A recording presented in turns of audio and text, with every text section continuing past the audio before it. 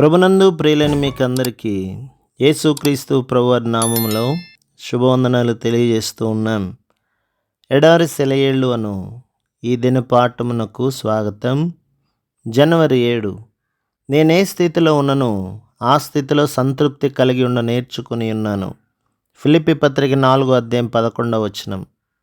తాను బందీగా ఉన్న చీకటి కొట్టులో ఉండి సౌకర్యాలేమీ లేని స్థితిలో పౌలు ఈ మాటలు రాశాడు. ఒక రాజుగారు ఒక రోజున తన తోటలోనికి వెళ్ళి చూసేసరికి మొక్కలు చెట్లు అన్నీ వాడిపోయి ఎండిపోతూ ఉన్నాయట.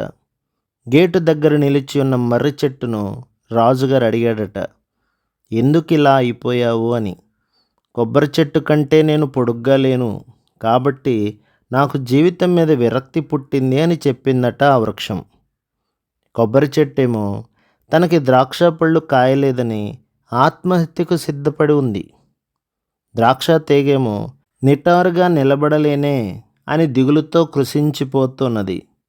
బంతి మొక్కేమో తన పూలకు సంపంగిలా వాసన లేదని నిరాహార దీక్షలో ఉంది. చివరకు ఒక చోట సన్నజాజి తీగ మాత్రం నిండుగా పచ్చగా కనుల విందుగా కనిపించింది.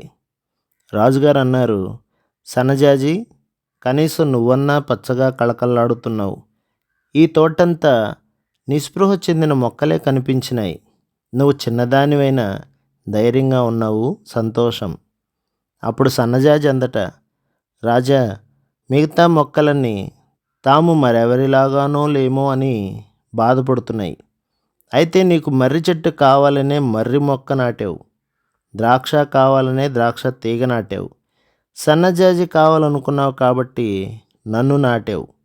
అందుచేత నేను సన్నజాజిగానే ఉంటాను, మరెవరిలాగానో లేనని నిరుత్సాహం నాకెందుకు.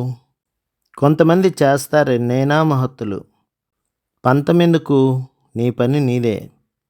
సృష్టి అంతటిలోకి ఎవరూ నీ అంత బాగా పని చేయలేరు. పూర్తిగా దేవునికి చెందిన వాళ్ళు ఎలాంటి పరిస్థితుల్లోనైనా సంతృప్తిగానే ఉంటారు. ఎందుకంటే దేవుని చిత్తమే వాళ్ళ చిత్తం. ఆయన ఏం చేయాలని కోరుతాడో అదే ఆయన కోసం చేయాలని వాళ్ళు కోరుకుంటారు. తమకున్న ప్రతి దాన్ని వాళ్ళు వదిలేసుకుంటారు. అలాంటి నగ్నత్వంలో అన్ని వస్తువులు తమకు నూరంతలుగా తిరిగి సమకూరడం వాళ్ళు చూస్తారు. ప్రభు మిమ్మును మీ కుటుంబములను మీ సంఘములను దీవించి ఆశీర్వదించునుగాక. ఆమేన్.